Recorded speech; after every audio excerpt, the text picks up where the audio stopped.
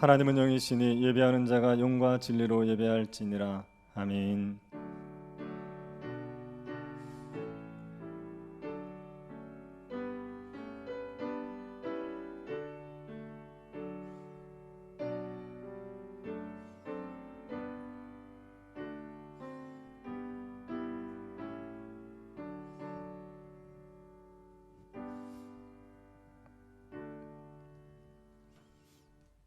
거룩하시고 은혜로우신 하나님께서 우리를 예배의 자리로 불러주시니 감사를 드립니다.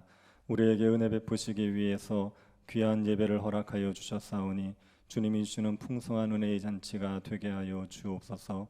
우리의 심령을 새롭게 하여 주셔서 하나님을 경외하는 마음으로 주의 뜻에 순종하는 백성들로 변화되는 역사가 일어나게 하여 주옵소서. 거룩하신 예수님 이름으로 기도드립니다. 아멘. 찬송가 20장 찬양하겠습니다.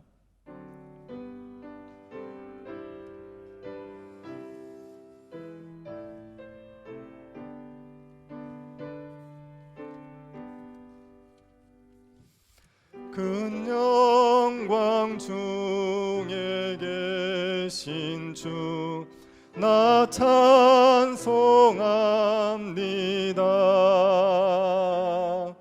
영원히 계신 주 이름 나 찬송합니다.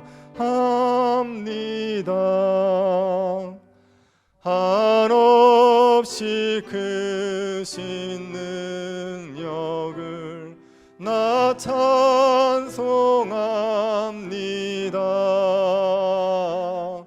참되고 미쁜 그 언약 나 찬송합니다. 온 천지 창조하시던 그 말씀이 미서 영원히 변치 않는 줄 믿사옵니다. 그 온유하신 춤성 날 불러주시고 그 품에 품어 주시니 나 찬송합니다.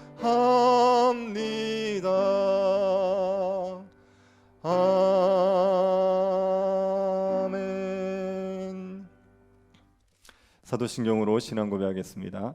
전능하사 천지를 만드신 하나님 아버지를 내가 믿사오며 그 외아들 우리 주 예수 그리스도를 믿사오니 이는 성령으로 잉태하사 동정녀 마리아에게 나시고 본디오 빌라도에게 고난을 받으사 십자가에 못 박혀 죽으시고 장사한 지 사흘 만에 죽은 자 가운데서 다시 살아나시며 하늘에 오르사 전능하신 하나님 우편에 앉아 계시다가 저리로서 산 자와 죽은 자를 심판하러 오시리라.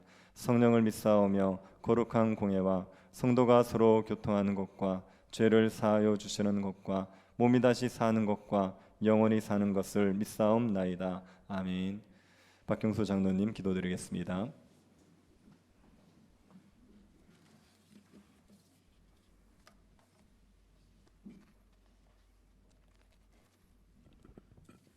다 같이 기도드리겠습니다. 하나님 아버지, 감사와 찬양을 드립니다. 우리의 잘못과 죄를 용서하시고 우리의 생활 가운데 사랑의 열매를 맺게 하여 주옵소서. 연약한 우리 가운데 새 힘과 새 능력이 되시는 주님, 주님이 우리와 함께 하심으로 위드 코로나 시대에 우리를 보호하시고 인도하시는 줄 믿습니다. 주님께서 우리에게 베푸셨던 모든 일과 우리를 위해 행하신 모든 것을 잊지 않고 주님을 깊이 사랑하도록 도와주시옵소서. 주님이 이미 우리에게 허락하신 생명과 그 생명 가치를 위해 살게 하신 것과 70년 세월 동안 문화교회를 지켜주신 은혜를 또한 감사를 드립니다. 예수 그리스도와 함께 하신 문화교회 모든 식구들에게 은혜 내려주시고 우리에게 새 힘을 주사 이 어려운 시기에 우리 교회를 지켜주시고 보호하심을 감사드립니다. 하오나 주님, 우리 교계가 시대의 큰 변곡점에 있습니다. 일상이 무너지고 침체된 신앙 환경을 어루만져 주시옵소서. 자기 중심과 이기주의, 냉소주의 다 버리게 하시고 이웃들에게 돌아와 주님을 기쁘게 하고 섬기게 하옵소서. 지금 세상은 4차 산업혁명 시대에 들어와 있습니다. 인간의 과학이 하나님의 창조성을 넘어서려는 시시각각 일어나는 일들에 바르게 취하도록 침착을 잃지 않게 하시고 하나님을 더 의지하여 살게 하여 주옵소서. 교회를 위해 수고하는 모든 분들에게 은혜 내려 주옵소서. 하나님 아버지, 교회를 위해서 기도합니다. 성령님이 즐겨 임재하시는 교회, 하나님이 기뻐하시는 교회 되기를 원합니다. 무엇보다 은혜를 사모하고 갈급하는 모든 식구들에게 하나님 은혜의 말씀으로 충만케 먹게 하시고 시들어가는 심령을 소생케 하시며 말씀의 능력에 힘입어 빛과 소금의 역할, 등불의 역할을 감당케 하시어 저희가 속한 모든 곳에서 크리스찬의 본문을 잘 지켜 살게 하여 주시옵소서. 미래지향적인 꿈을 갖게 하시며 성령님의 기적적인 역사를 늘 누리며 살아가게 해 주옵소서. 목사님을 위해 기도합니다. 엘리야에게 주신 능력을 7배나 더하사 맡겨주신 양떼를 위한 선한 목자가 되게 하시고 힘있는 말씀의 역사와 능력이 이 문화교회 위에 충만케 해주시길 소원합니다. 예배드리는 시간 내내 성령님의 충만한 은혜와 보호하심이 넘치게 하여 주옵소서.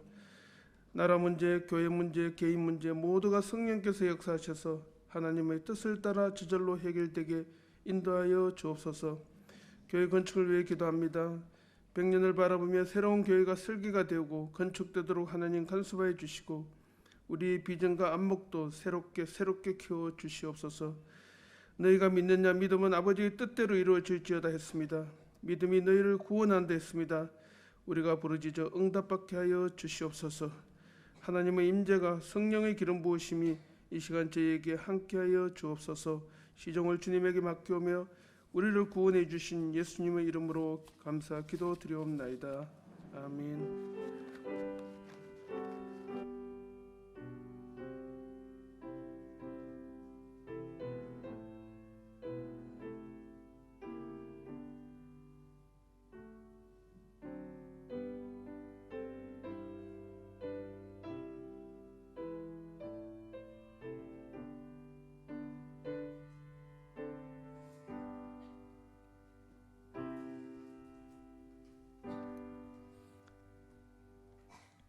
말씀을 보겠습니다. 빌립보서 3장 17절부터 21절 말씀입니다.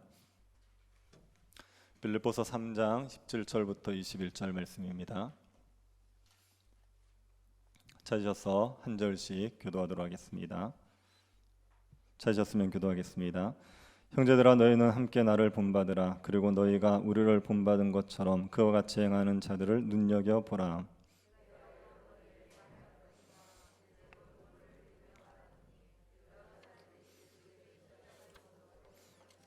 그들의 마침은 멸망이요 그들의 신은 배요 그 영광은 그들의 부끄러움에 있고 땅의 일을 생각하는 자라.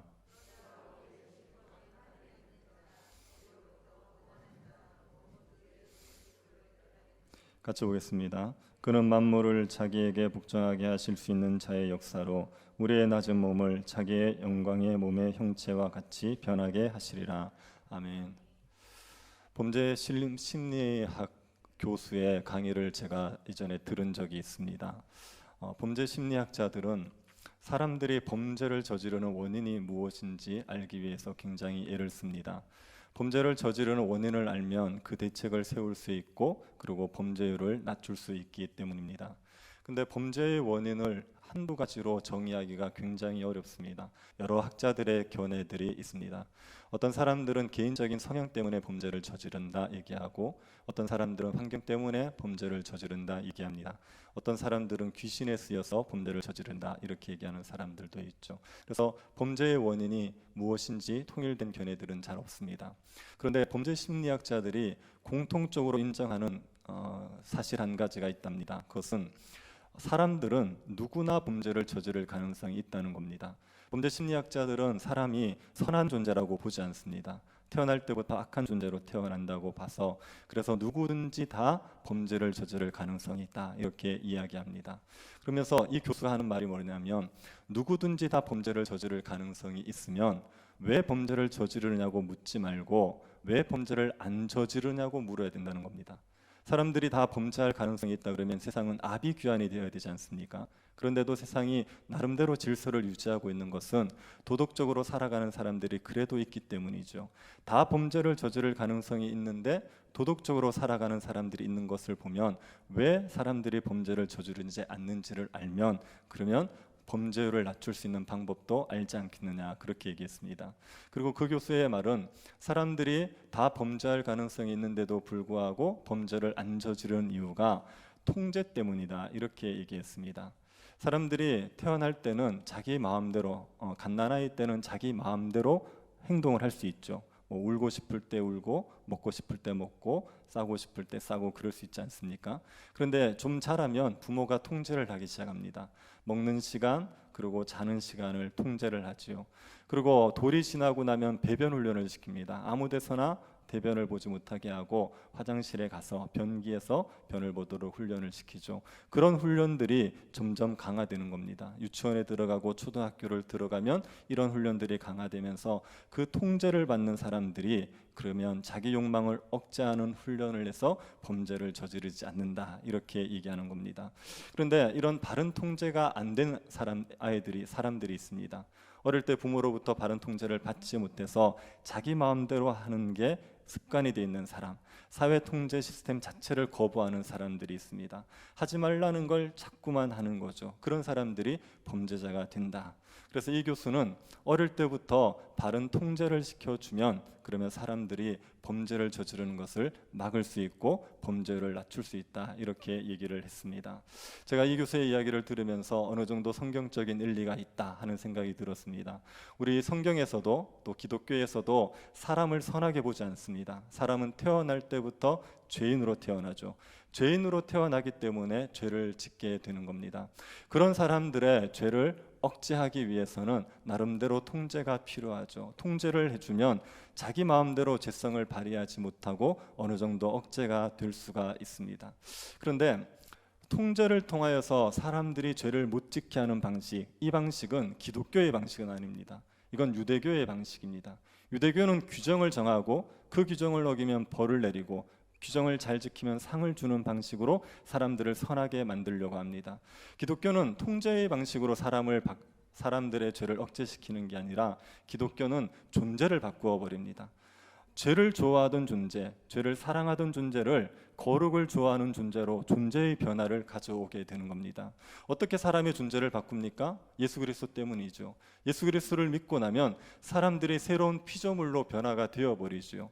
옛사람이 죽어버립니다. 죄를 사랑하던 옛사람은 죽고 하나님 앞에 거룩하게 살고 싶은 새 사람으로 창조되어 버립니다. 그런 존재의 변화로 말미암아 죄를 끊어버리게 만드는 게 기독교지요. 기독교인들은 어떤 통제 때문에 죄를 짓지 않아요. 외부적인 통제 때문에 자기가 죄를 안 지으려고 애쓰지 않습니다. 마음에서 죄가 싫습니다. 마음에서부터 거룩을 사모하게 되는 겁니다. 그래서 내가 이 죄를 지으면 어떤 벌을 받고 이렇게 선하게 살면 어떤 보상이 있고 이런 걸 생각하기 이전에 마음에서부터 그냥 거룩하게 살고 싶어서 누가 시키지 않아도 거룩함을 추구하게 되는 거죠. 그래서 범죄율을 낮추는 가장 좋은 방법이 뭐냐? 이 땅에 부흥이 일어나 버리는 겁니다. 부흥이 일어나면 그러면 사람들이 죄를 짓는 것이 현저하게 줄어들게 됩니다. 부흥의 역사들을 보면은 어떤 도시에 부흥이 일어났을 때 그 도시의 술집이 문을 닫아버리는 거예요. 그리고 범죄율이 떨어지면서 감옥이 막 이렇게 사람이 적어지는, 감옥이 텅텅 비는 그런 일들이 일어났다는 기록들이 있습니다. 부흥이 일어나서 사람들이 예수를 믿게 되면 그러면 범죄율을 떨어뜨릴 수 있죠. 복음은 사람들이 죄를 이기게 할 수 있는 능력이 됩니다. 예수 그리스도를 믿으면 죄를 이기고 거룩하게 살아갈 수가 있습니다. 우리 신자들이 뭘 보여줘야 되냐면 이 복음의 능력을 보여줘야 될 사람입니다. 복음이 죄를 이기게 할 수 있다는 것을 보여줘야 됩니다. 그래서 신자들이 세상 가운데서 성공하고 세상에서 높아지지 못하는 건 조금도 부끄러울 일 아닙니다. 하나님께서 그런 걸 우리에게 약속하셨고 그런 걸 추구하라고 하시지 않았기 때문에. 그런데 신자들이 뭘 부끄러워야 되냐면 죄를 이기지 못하는 건 되게 부끄러워야 됩니다. 우리가 거룩하게 살지 못하는 것을 부끄러워야 되죠. 복음은 죄를 이길 수 있는 능력이 있다는 것을 보여주는 존재가 되어야 되는데 죄에 져버리고 죄에 빠져 살면 그건 부끄러워해야 되는 겁니다. 우리가 복음이 죄를 이길 수 있는 능력이 있다는 것을 보여주는 그런 존재로 부름을 받았습니다. 그래서 우리가 무엇을 해야 되겠습니까? 예수 그리스도 닮기를 힘써야 되죠. 예수 그리스도를 닮은 자가 되어져서 거룩하게 살아가는 삶을 세상에 보여줘야 됩니다. 복음을 받아들이면 사람이 바뀌는구나, 복음을 받아들이면 사람이 거룩해지는구나, 이런 것을 보여주는 사람들이 되어야 됩니다. 사도 바울은 복음을 받아들이고 나서 예수를 믿음으로 의로워지고 나서 예수 그리스도를 본받기 위해서 애를 썼죠. 그리스도를 알려고 애를 썼고, 부활의 권능을 알려고 애를 썼고, 그리스도의 고난에 참여하고 그리스도의 죽음을 본받기 위해서 애를 썼습니다. 예수 그리스도를 닮은 존재가 되기 위해서 표대를 향하여 달려간 겁니다. 과거에 어떻게 살았는지 이런 건 다 잊어버렸다 그랬어요. 과거 일들 자랑하면서 살지 않고 앞을 향하여 나아갔습니다. 어떻게든 주님의 죽으심을 본받는 자가 되기 위해서 전력을 기울이고 살았습니다. 사도 바울이 예수 그리스도를 본받는 자 되기를 애쓰면서 성도들에게도 그런 존재가 되기를 권하는 거죠. 너희들도 예수 그리스도를 본받는 자가 되어야 된다, 그런 권면을 줍니다. 오늘 본문은 사도 바울이 성도들이 예수 그리스도를 믿도록, 예수 그리스도를 본받도록 하기 위해서 세 가지를 권면하는 내용입니다. 너희들이 예수 그리스도를 본받기 위해서 이렇게 해라, 이렇게 해라, 이렇게 세 가지를 권면하고 있는 내용입니다. 첫 번째로 권면하는 게 나를 본받는 자 되라는 겁니다. 17절을 한번 보시겠습니까? 형제들아, 너희는 함께 나를 본받으라. 그리고 너희가 우리를 본받은 것처럼 그와 같이 행하는 자들을 눈여겨보라. 사도 바울이 자신을 본받으라고 말합니다. 이런 말은 함부로 할 수 없는 말이죠. 신앙교육에 있어서 가장 중요한 게 본을 보이는 겁니다. 신앙교육은 사람들에게 말로만 가르친다고 해서 사람들이 배우려고 하지 않습니다. 정말 신자답게 살아가는 본이 있어야지, 그래야지 사람들이 그 말에 귀 기울여 듣고 배우려고 하지요. 그래서 신앙교육이 굉장히 어려운 겁니다. 말씀이 어떤 의미인지를 아는 것은 그렇게 어렵지 않습니다. 그런데 말씀대로 살아가는 게 굉장히 어려운 거죠. 그래서 말씀대로 살아가면서 그러면서 사람들에게 가르침을 줄 수 있으면, 그러면 신앙교육을 잘하는 교사가 될 수 있죠. 근데 이게 말씀대로 사는 게 너무 어렵지 않습니까? 누가 자신이 말씀대로 산다는 걸 장담할 수 있겠습니까? 그러니 내가 말씀대로 사니까 나를 본받아라, 이런 얘기는 함부로 할 수 없는 얘기입니다. 좀 거룩하게 사는 사람이라도 내가 거룩하게 사니까 나를 본받아라, 그렇게 얘기하면요, 교만한 사람처럼 느껴져요. 그래서 나를 본받아라, 이런 말은 함부로 하기가 어렵습니다. 근데 사도 바울이 나를 본받으라 이렇게 얘기하죠. 사도 바울이 자신을 본받으라고 얘기할 때 이건 어떤 의미에서 본받으라고 말하는 거겠습니까? 사도 바울이 자기가 예수님의 수준에 이르렀으니까, 내가 예수님처럼 잘 살고 있으니까 너희들이 나를 본으로 삼아라, 이런 의미에서 나를 본받으라고 얘기했겠습니까? 사도 바울은 자신이 온전하지 못하다는 것을 이미 고백했었습니다. 12절 한번 보십시오. 내가 이미 얻었다 함도 아니요 온전히 이루었다 함도 아니라. 내가 이미 얻었다 함 아니다. 내가 이미 예수 그리스도를 닮은 자가 되었다고 나는 그렇게 얘기할 수 없다. 내가 온전해진 것도 아니다, 이렇게 얘기하죠. 사람이 이 땅에서 아무리 열심히 신앙생활을 해도 온전해지는 법은 없습니다. 아무리 열심히 주를 위해서 살아가도 온전하다, 온전한 경지에 이를 수가 없습니다. 하나님이 우리가 이 땅에서는 결코 온전하게 이르도록 하지 않습니다. 왜 그런지에 대해서는 이유를 알 수 없지만 로이드 존즈 목사님은 우리를 온전케 하지 않는 이유, 이 땅에서 온전케 하지 않는 이유가 하나님을 전적으로 의지하고 살아가도록 하기 위해서가 아닐까, 이렇게 추측을 하셨어요. 우리가 부족함을 느껴야 하나님을 의지하게 되어 있습니다. 내가 이미 다 가졌다라고 생각하면 하나님을 의지하지 않죠. 그래서 우리가 죽을 때까지 하나님만 의지하게 하기 위해서 완전에 이르지 않게 하신다, 이렇게 추측을 하는 겁니다. 하나님께서 이 땅에서 신자가 온전함에 이르도록 하시지를 않습니다. 그래서 그 누구도 자신이 완전하다, 내가 온전하다, 이렇게 얘기할 수 있는 사람이 없어요. 사도 바울도 자신이 완전하기 때문에 나를 본받아라 이렇게 말하는 게 아닙니다. 사도 바울이 나를 본받으라고 말하는 것은 내가 예수를 닮기 위해서 노력하는 그 모습을 본받으라는 거예요. 사도 바울은 그리스도를 닮기 위해서 열심히 달려가고 있습니다. 그렇게 그리스도를 본받기 위해서 달려가는 그 모습을 너희들이 본받기를 바란다 이렇게 이야기하는 겁니다.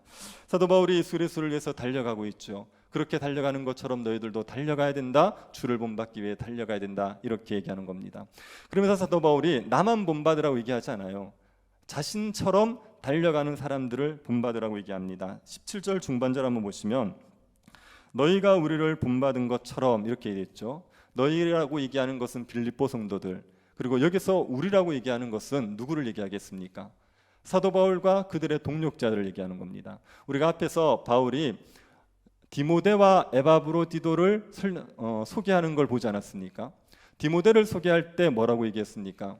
그리스도 자기 일을 구하지 않고 예수 그리스도의 일을 구하는 자, 그렇게 소개했습니다. 에바브로디도를 소개할 때는 어떻게 했습니까? 그리스도의 일을 위해서 자기 목숨을 아끼지 않는 자 이렇게 얘기했어요. 이런 사람들, 바울의 동력자들도 예수 그리스도를 본받기 위해서 애씁니다. 그래서 우리를 너희들이 본받아라 이렇게 얘기하는 거죠. 자기만 아니라 자기의 동력자들도 너희들이 본받아야 된다 이렇게 얘기했습니다. 그리고 사도 바울이 또 한 가지 덧붙이는 말이 예수 그리스도를 본받기 위해서 사는 자들을 주목해 봐야 된다 이렇게 이야기하고 있습니다. 17절 다시 한번 보시면 너희가 우리를 본받은 것처럼 우리를 본받고 있는 사람들을 눈여겨보라 이렇게 얘기하죠. 바울처럼 예수 그리스도를 닮기 위해서 애쓰는 사람들, 그런 사람들을 너희들이 눈여겨봐라 이렇게 이야기하고 있습니다. 예수 그리스도를 본받기 위해서 살아가는 사람들이 있습니다. 많지는 않지만 그런 사람들이 우리 주위에 또 기독교 역사에 있습니다. 그런 사람들을 눈여겨보라는 거예요. 신앙생활을 대충 하는 사람들, 적당히 하는 사람들, 그런 사람들 보고 위안을 삼고 안위하고 그러고 있지 말고 정말 주를 위해서 열정적으로 달려가는 사람들, 그런 사람을 주목해봐라, 눈여겨봐라 이렇게 얘기하고 있습니다.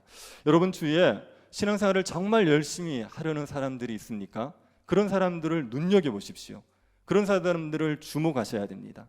정말 주를 위해서 살려고, 주를 위해서 희생하고 주의 죽음을 본받기 위해서 애쓰는 사람들을 눈여겨보고 그런 사람들을 가까이 하려고 애써야 되는 거죠. 혹시 여러분 주위에 그런 사람들이 없습니까? 내가 좀 눈여겨볼 만한 사람들이 없습니까? 그러면 어디로 눈을 돌리셔야 되냐면 기독교 역사로 눈을 돌리십시오. 기독교 역사에 신앙의 위인들이 있습니다. 주를 위해서 충성스럽게 살았던 하나님의 종들이 있죠. 그런 사람들을 주목해 보려고 하십시오. 신앙의 위인들의 이야기를 읽어보는 것, 이게 우리가 그들을 주목해 보는 방식입니다. 이런 분들을 주목해 보면 어떤 유익이 있습니까? 그러면 도전을 받게 되어 있어요. 근데 적당히 신앙생활하는 사람들을 보고 있으면요, 내가 괜찮은 자처럼 생각할 수 있습니다. 그런데 정말 주를 위해서 신실하게 살아가는 사람들을 주목해 보기 시작하면 그러면 그들 때문에 자극을 받는 거예요. 그들 때문에 도전을 받는 겁니다. 신앙의 위인들 중에 여러분이 잘 모르시는 생소한 사람 중에 아타나시우스라는 사람이 있습니다. 아타나시우스가 어떤 분인지는 몰라도 여러분이 이거는 알 겁니다. 예수님이 하나님이다. 이건 아시죠? 그죠? 예수님이 하나님과 동등하신 분입니까? 하나님보다 조금 못한 분입니까? 동등한 분이죠. 이게 지금 우리에게 너무 당연하게 받아들이지 않습니까? 요 교리를 지켜내신 분이 아타나시우스입니다.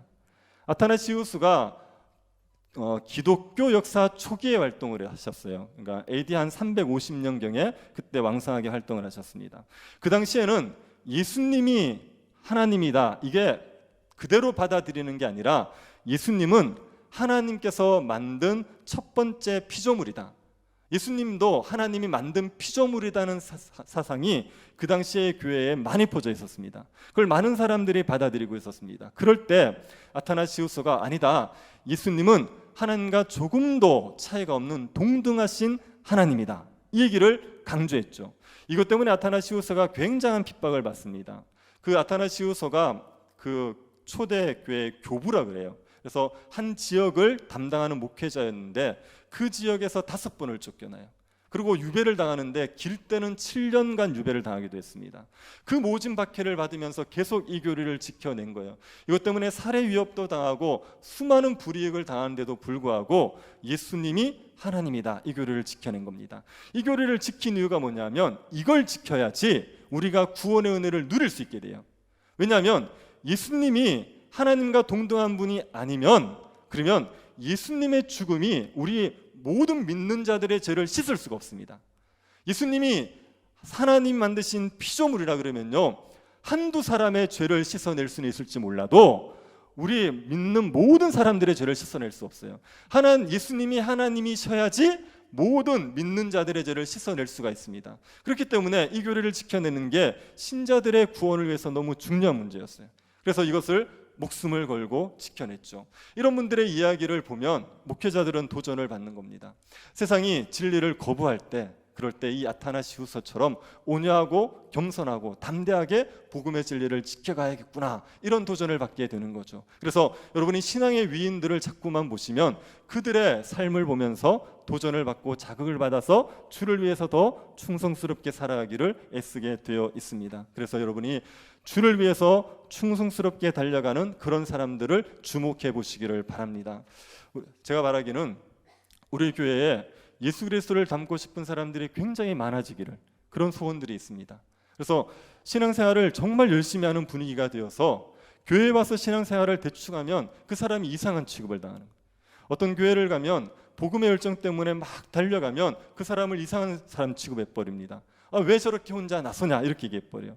우리가 신천지에 많은 열심히 있는 사람을 빼앗긴 이유 중에 하나가 성도들이 너무 열심히 없어요.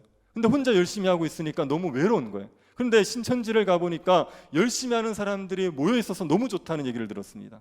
그러니까 복음을 위해서 부지런히 달려가지 않으면, 그러면 복음을 위해서 달려가는 사람들이 이상한 취급을 받아버려요. 그런 교회가 아니라 정말 다들 복음을 위해서 부지런히 달려가기 때문에 대충 신앙생활하려는 사람들이 이상하게 여겨지는 그런 교회가 되기를 바랍니다.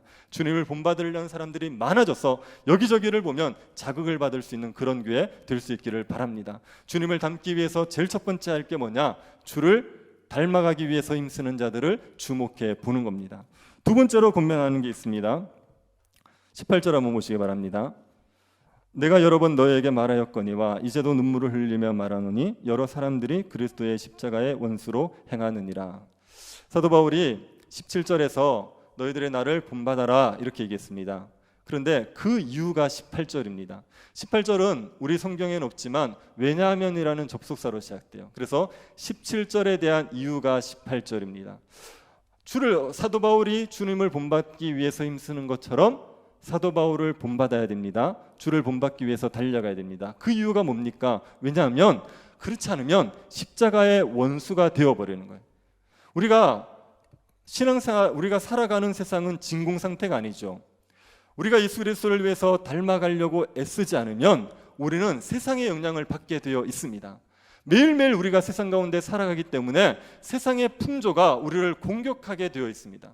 그래서 주를 위해서 부지런히 달려가고 주를 위해서 애써야지만 그 세상의 풍조에 떠밀려 가지 아니하고 그래도 믿음을 지키고 주님을 영화롭게 하는 삶을 살아갈 수가 있는 겁니다. 물고기, 흐르는 물에 있는 물고기를 한번 생각해 보십시오. 물이 흐르고 있는데 물고기가 거기에 있습니다. 그러면 물고기가 가만히 있으면 그 자리에 머무릅니까? 그렇지 않죠. 물이 계속 흘러가기 때문에 가만히 있어버리면 떠내려가게 되는 겁니다.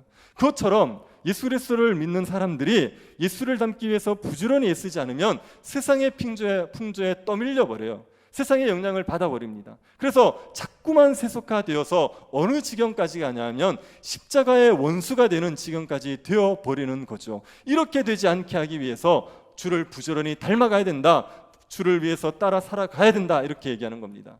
제가 목회를 오래 하신 어떤 목사님에게 들으니까 교회를 꾸준히 나오던 성도도 3주만 교회를 빠지게 되면 교회를 떠날 확률이 높아진대요.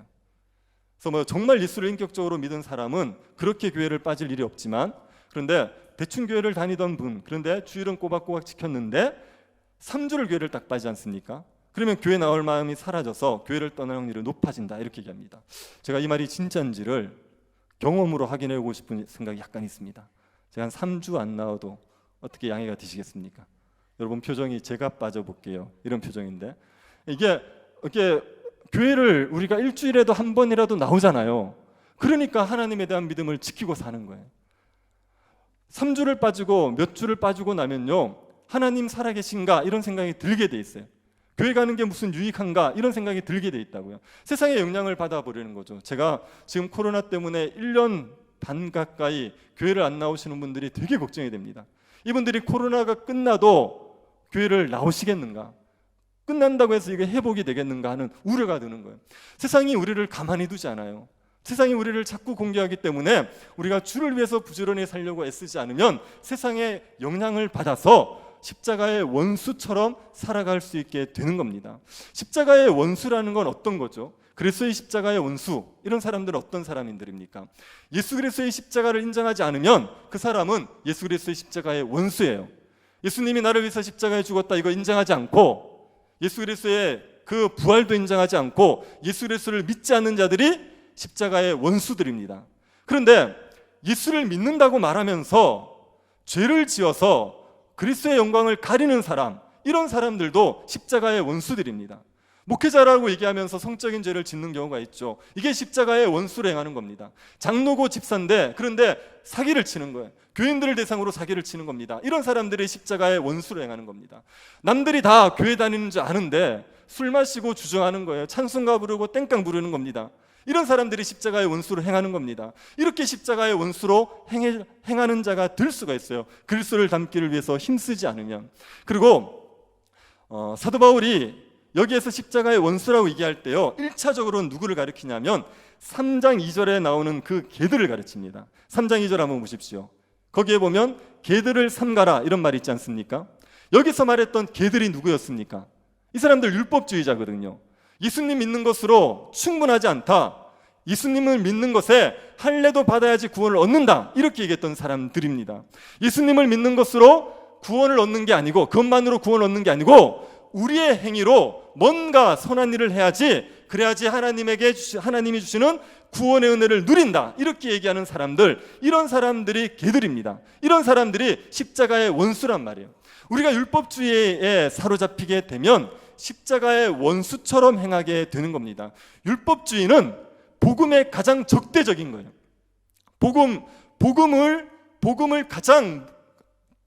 복음에 가장 반대되는 게 뭐냐? 그게 율법주의입니다. 율법주의에 사로잡히게 되면 십자가의 은혜를 다 쏟아버리고 예수 그리스도와 상관없는 사람이 되어버리고 마는 거예요. 그래서 가장 우리가 경계해야 될 가르침, 사상이 세상에서 영향을 받는 가장 주의해야 될 사상이 율법주의입니다.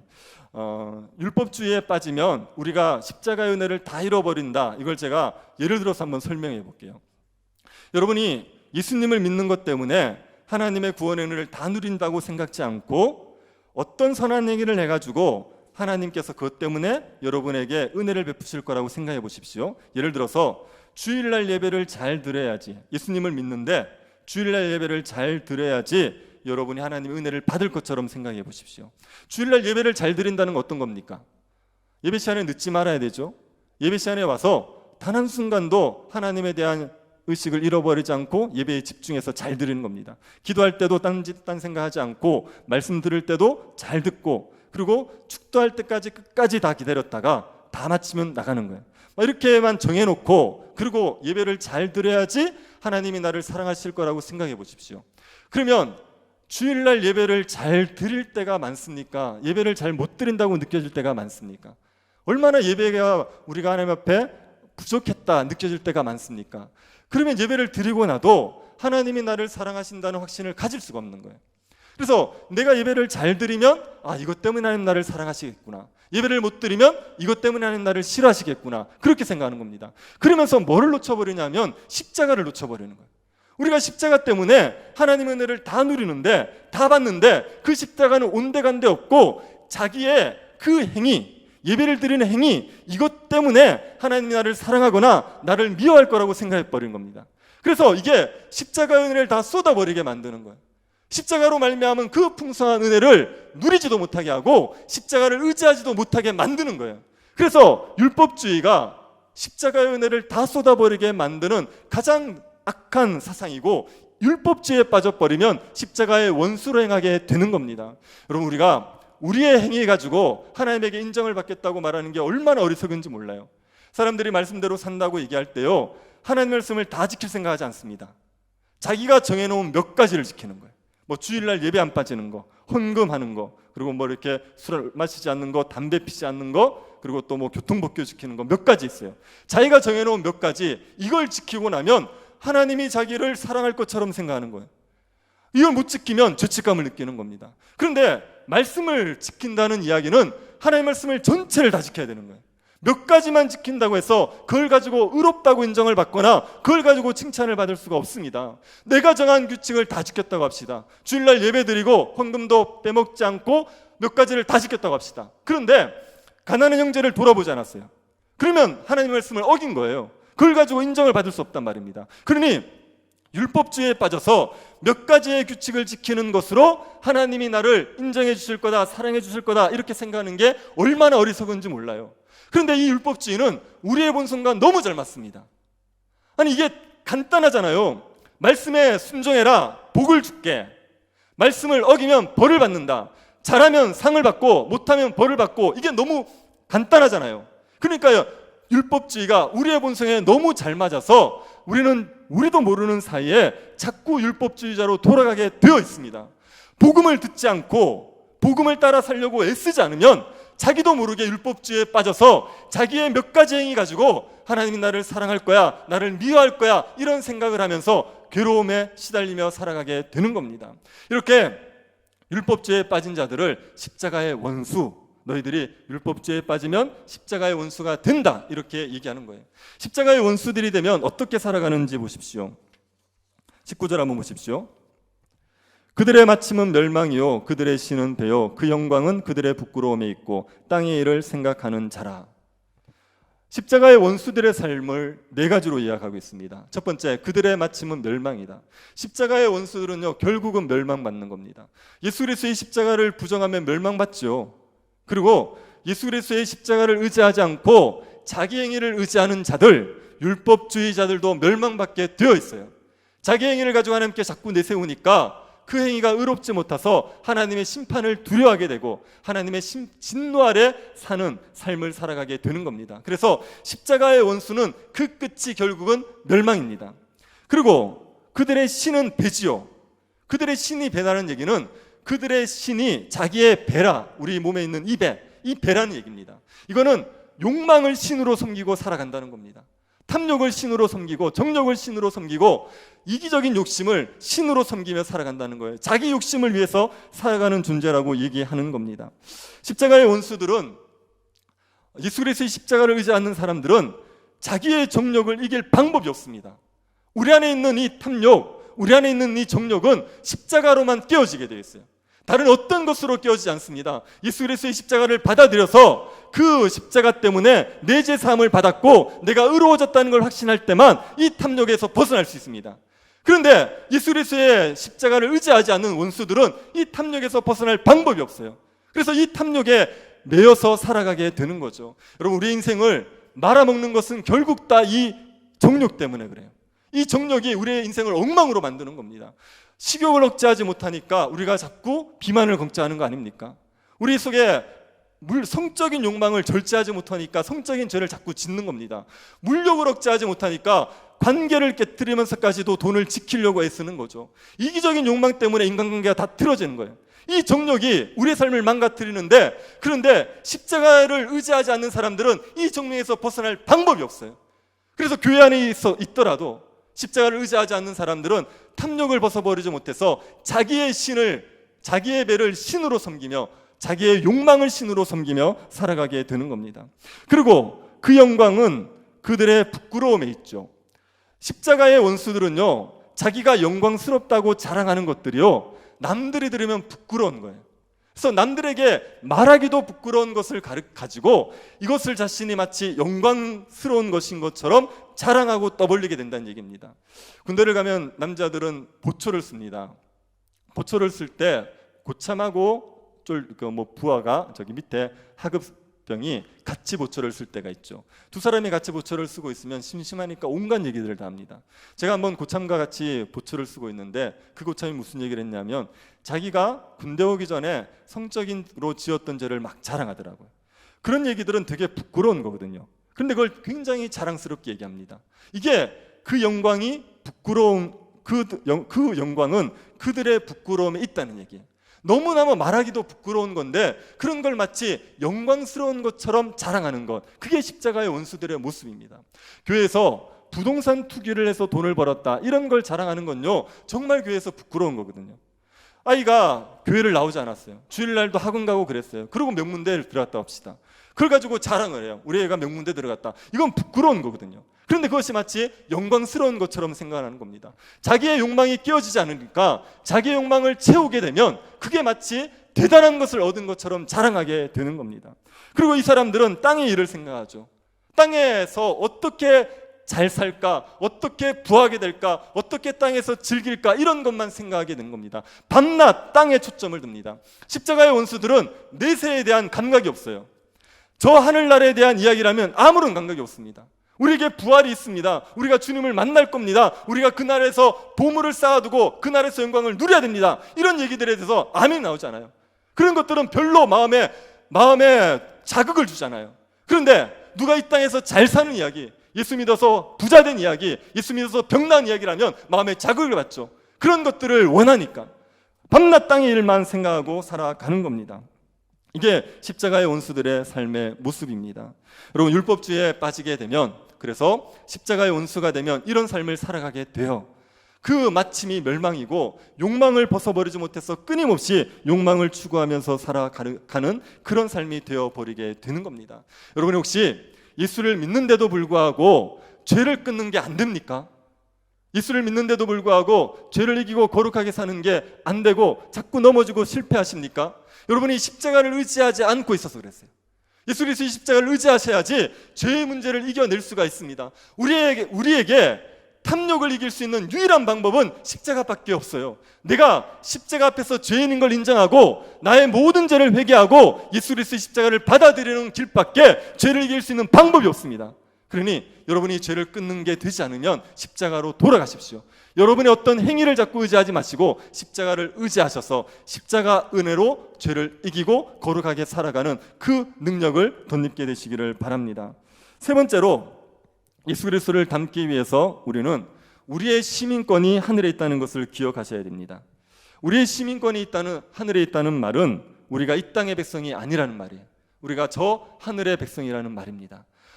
우리가 만약에 미국에 가서 거기에서 잠시 머문다고 합시다. 우리가 몸이 미국 땅에 있다고 해서 우리가 미국 사람입니까? 그렇지 않죠.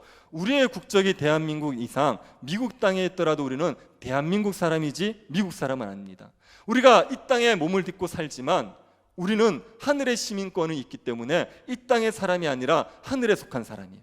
하늘의 시민권을 두고 하늘의 소망을 두고 살아가는 사람들입니다. 이걸 기억하라는 겁니다. 하늘의 시민권을 가진 사람들은 십자가의 원수들과 다른 대조되는 모습이 있습니다. 십자가의 원수들은 무엇을 신으로 섬겼다고 얘기했습니까? 자기의 배가 신이었다 얘기했죠. 자기 욕망이 신이었습니다. 그러면 하늘의 시민권이 있는 사람들은 무엇을 신으로 섬기고 살겠습니까? 예수 그리스도가 신입니다. 예수 그리스도가 우리의 주지요. 그래서 예수 그리스도가 다시 오셔서 우리를 맞아주실 그날을 소망하며 살아가는 겁니다. 하늘의 시민권을 가진 사람의 유일한 소망이 뭐냐? 예수 그리스도를 만나게 되는 거예요. 그분을 만나서 그분과 함께 영광을 누릴 것, 그분과 함께 교제할 것, 가장 큰 소망으로 살아가는 겁니다. 하늘의 시민권을 가진 사람들이 듣고 싶은 한마디가 있어요. 주님이 우리에게 오셨을 때 착하고 충성된 종아 잘하였도다, 수고하였도다, 이 한마디 듣고 싶습니다. 그래서 이 땅에서 사람들에게 인정을 못 받더라도, 이 땅에서 크게 부하게 못 살더라도 주님 앞에 인정받고 싶어서 신실하게 살아가는 것, 그게 하늘의 시민권을 가진 사람들의 삶의 모습입니다. 그리고 하늘의 시민권을 가진 사람들은 그 마침이 십자가의 원수들과 다릅니다. 십자가의 원수들의 마침은 무엇이었습니까? 멸망이었어요. 그런데 하늘의 시민권을 가진 사람들의 마침은 부활의 영광입니다. 21절 하반절 한번 보시겠습니까? 우리의 낮은 몸을 자기 영광의 몸의 형체와 같이 변하게 하시리라. 우리가 지금 입고 있는 이 몸을 낮은 몸 이렇게 얘기해요. 이게 왜 낮은 몸입니까? 우리의 몸이 약해서 그럽니다. 우리가 좀 무리하면 몸이 피곤하지요. 우리가 좀 과로하면 또 쓰러질 때가 있죠. 병들기도 합니다. 이렇게 우리의 몸이 약해요. 약하다는 측면에서 우리의 몸이 낮다, 비천하다 이렇게 얘기하는 겁니다. 그리고 우리의 몸은 육의 정욕을 가지고 있습니다. 자꾸만 죄를 짓습니다. 우리의 몸은 신령하지 않아요. 우리는 자꾸 이 몸 가지고 죄를 짓습니다. 그런 측면에서 낮은 몸이에요. 그런데 이 낮은 몸이 예수 그리스도의 부활의 몸처럼 그렇게 영광스러운 몸으로 바뀌어지게 되는 거죠. 이게 우리의 마침입니다. 우리의 마침은 부활의 영광에 있는 겁니다. 예수 그리스도의 부활의 몸을 우리도 덧입고 예수 그리스도와 함께 부활의 영광을 누릴 것, 이게 하늘의 시민권을 가진 사람의 마지막의 삶의 모습이죠. 그래서 이 하늘의 시민권을 가진 사람들과 십자가의 원수의 삶은 분명히 차이가 나게 되었어요. 우리의 주가 다르기 때문에, 또 우리의 마침이 다르다는 걸 알기 때문에 분명히 차이가 나게 되어 있습니다. 십자가의 원수들, 그 마침이 멸망인 사람들은요, 삶에 낙이 없습니다. 뭘 해도 낙이 없어요. 왜요? 끝이 죽음이잖아요. 어차피 멸망할 거잖아요. 그러니까 뭘 해도 삶에 기쁨이 없습니다. 어떤 분이 이걸 이렇게 비유하시던데, 만약에 우리 집에 강도가 들어왔다고 해봅시다. 살인 강도가 들어왔습니다. 이 강도가 우리를 살해해서 죽이고 모든 걸 빼앗아갈 게 명백합니다. 그런데 그 살인 강도가 우리에게 자비를 베풀어줘요. 네가 정말 즐거워하는 한 가지는 내가 하게 해줄게. 그거 하고 나면 죽인다. 이렇게 합시다. 그래서 우리가 정말 좋아하는 걸 하게 했어요. 뭐 축구 경기 보는 거 좋아하면 그걸 해주고, 영화 보는 거 좋아하면 그걸 보게 해주고, 정말 좋아하는 걸 하게 해줬다고 합시다. 그러면 그때 우리가 그것을 즐겁게 할 수 있습니까? 아니요. 이거 끝나면 죽는데요. 이거 끝나면 어차피 죽고 다 빼앗기는데, 이걸 아는데 뭘 해도 낙이 없다고요. 십자가의 원수들의 삶에 낙이 없는 이유가 그겁니다. 마지막이 멸망이잖아요. 어차피 지옥 갈 건데, 어차피 망할 건데, 그런데 이 땅에서 뭘 해도 낙이 없죠. 그런데 하늘의 시민권을 있는 사람들에겐 낙이 있어요. 우리의 끝은 영광이거든요. 우리가 이 땅에서 좀 가난할 수 있고, 이 땅에서 좀 낮을 수 있고, 이 땅에서 좀 병들고 살 수 있지만 결국 우리는 부활의 영광을 누리는 거예요. 우리의 마침이 영광이라는 걸 생각하면, 그러면 이 땅에서 어려움이 있더라도, 고난이 있더라도 그 영광 때문에 기쁨을 누리며 살아갈 수 있는 거죠. 그래서 십자가의 원수들이 누리지 못하는 그 낙을 하늘의 시민권을 가진 사람들이 누리면서 살아갈 수가 있는 겁니다. 그리고 하늘의 시민권을 가진 사람들은 주를 섬기잖아요. 자기의 욕망을 섬기지 않아요. 주를 섬기기 때문에 자기의 욕망을 섬기는 사람들과 세상을 살아가는 방식이 다릅니다. 자기 욕망을 섬기는 사람들처럼 자기의 욕심을 채우려고 살지 않고 다른 사람을 배려하고 다른 사람을 섬기기 위해서 애쓰고 살기 때문에 살아가는 삶의 자세가 달라요. 보면 티가 납니다. 아, 저 사람은 하늘의 시민권이 있는 사람이구나. 그런 티가 납니다. 제가 어떤 가게가 되게 맛있다는 소문이 있어가지고 제가 한번 찾아가 봤습니다. 가봤더니 한정식 집인데 정말 반찬이 많아요. 반찬이 한 30가지 넘게 있습니다. 그리고 너무 맛있어요. 가격도 저렴하고. 그래서 제가 이 식사를 하면서 주위의 벽들을 쫙 훑어봤어요. 제가 뭐 찾아본 게 있습니다. 뭘 찾아봤겠습니까? 혹시 성구가 걸려있나 찾아봤어요. 그래서 열심히 찾아봤는데 액자 하나가 God bless you 이렇게 적혀 있더라고요. 그래서 제가 보니까 그분이 교회 다니시는 분 같아요. 그래서 확인해 보고 싶어서 주인에게 물어봤습니다. 또 교회 다니시냐고. 그러니까 교회를 다닌대요. 그래서 제가 가보니까 이게 다른 거예요. 보통 가게집과 다른 겁니다. 장사집과 다른 겁니다. 어떻게든 좀 풍성하게 대접하려는 그런 게 보이더라고요. 그 가게가 어딘지 저한테 묻지는 마십시오. 그 가게 별로 안 좋습니다. 자꾸 가면 살찝니다. 그래서 좋지 않습니다. 근데 그 삶의 자세가 다르기 때문에 어디 가든지 티가 나게 되어 있어요. 십자가의 원수들이 풍겨내지 못하는 다른 사람을 배려하는 뭔가가 나타나게 되어 있습니다.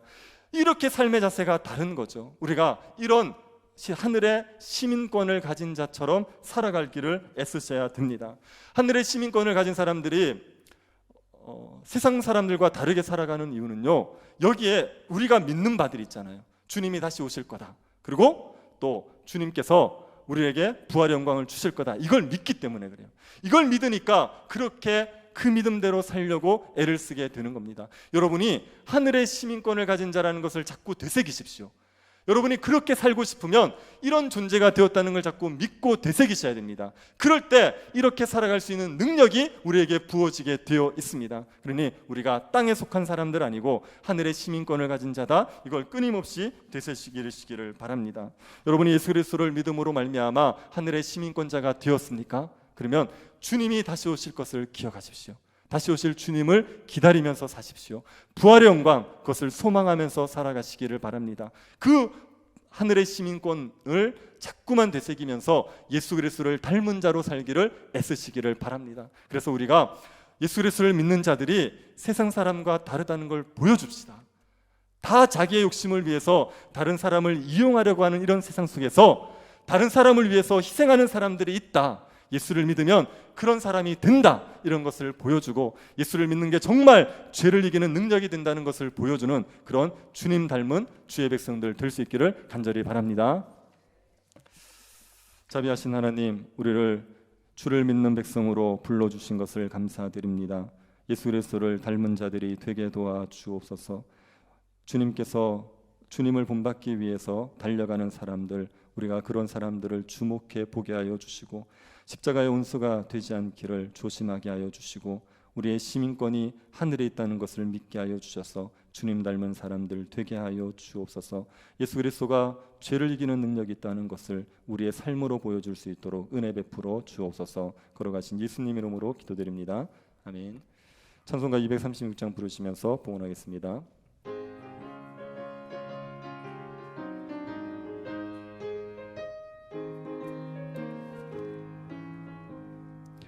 우리 모든 수고 끝나 세상 장막 벗고서 모든 근심 걱정 사라진 후에 주를 뵙고 성도 함께 면류관을 쓰리라. 새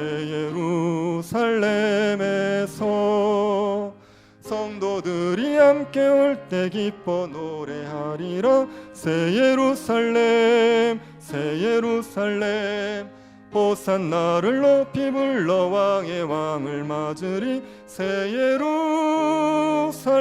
예루살렘에서 가는 길이 외로워도 주님 나를 붙드니 시험 환난 근심 걱정 없으며 주를 믿고 따라가면 그의 뜻을 알리라. 새 예루살렘에서 성도들이 함께 올 때 기뻐 노래하리라. 새 예루살렘 새 예루살렘 호산나를 높이 불러 왕의 왕을 맞으리. 새 예루살렘에서 내가 세상 작별하고 모든 눈물 거둔 후 주의 영광 찬란하게 비칠 때 나를 구속하신 주를 기쁨으로 배우리. 새 예루살렘에서 성도들이 함께 올 때 기뻐 노래하리라. 새 예루살렘 새 예루살렘 호산나를 높이 불러 왕의 왕을 맞으리. 새 예루살렘에서 그곳에서 구속받은 성도와 사랑하는 주님 만나 배울 때 주의 영광 노래하며 영원토록 살리라. 새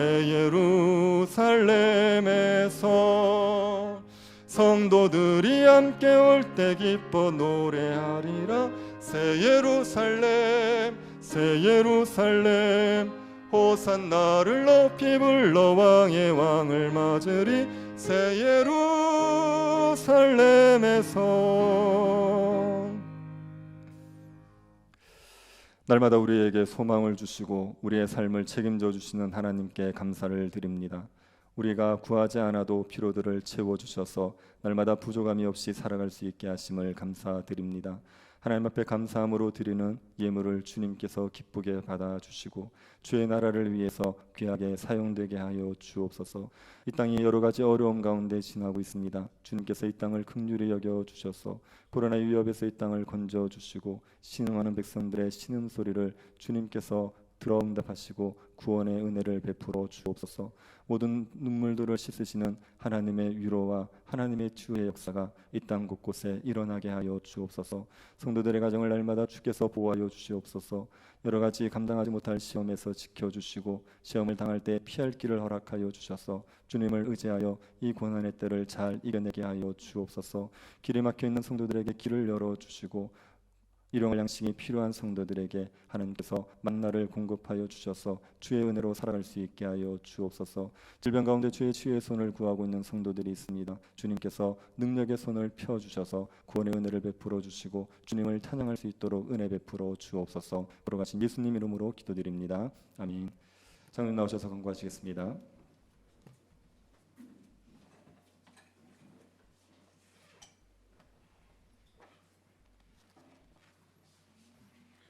예, 교회 소식 드리겠습니다. 새로 오신 분이나 여행 중에 오신 분들을 환영합니다. 새가족 등록을 하실 분은 교역자들에게 말씀해 주시기 바랍니다. 임시당회 3시 예배 후에 있습니다. 3부 예배 후에 있습니다. 기도회 참석, 새벽 기도회와 금요 기도회에 참석하셔서 새 교회당 건축과 임직식을 위해서 함께 기도해 주시기 바랍니다. 건축위원회 모임은 3부 예배 후에 2시 30분부터 유초동부실에서 모입니다. 참석 대상은 중직자 교육부서 위원회 전도회 임원들입니다. 건축위원회 실무팀을 모집합니다. 새 교회당 설계 시에 부서별로 세부적인 비치와 구조를 구상하고 생각할 실무팀을 모집합니다. 자원하시는 분들은 누구든지 박찬욱 집사에게 신청해 주시기 바랍니다. 학습 세례 공부는 11월 7일 성례주일에 학습 세례 입교 유아 세례를 받으실 분은 사무실에 교육 신청을 해주시고 주보의 교육 일정에 참가해 주시기 바랍니다. 교회 주차장 이용을 말씀드리겠습니다. 여러분 지금 앉아 계신 쪽에서 오른쪽에 보면 나무 밑에 이제 차들이 많이 대져 있는데 이게 불법 주차가 됩니다. 그래서 지금 불법 주차 단속을 당하고 있습니다. 교인들은 꼭 지하 주차장에 주차해 주시기를 바랍니다. 그리고 또 덧붙여서 말씀드리고 지하 주차장에서 나오실 때 이게 중앙도로 우측으로 가면 X 표시가 되어 있어요. 저는 그쪽으로 가지 않고 왼쪽으로 이렇게 돌아서 나갑니다. 참고해 주시면 고맙겠습니다. 이상입니다. 다 같이 일어나셔서 주기도 문성 찬송하고 축도 예배를 마치겠습니다.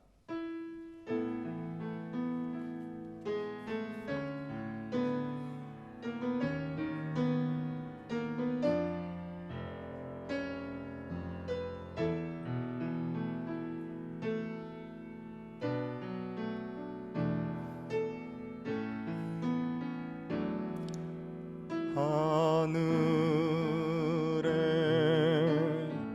계신 아버지 이름 거룩하사 주님 나라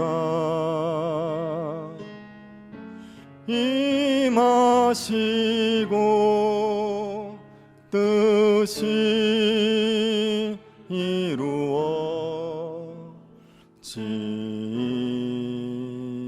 이루어지이다. 일용할 양식 주시고 우리들의 큰 죄 다 용서하옵시고 또 시험에 들게 마시고 악에서 구원하소서. 대개 주의 나라 주의 권세 주의 영광 영원히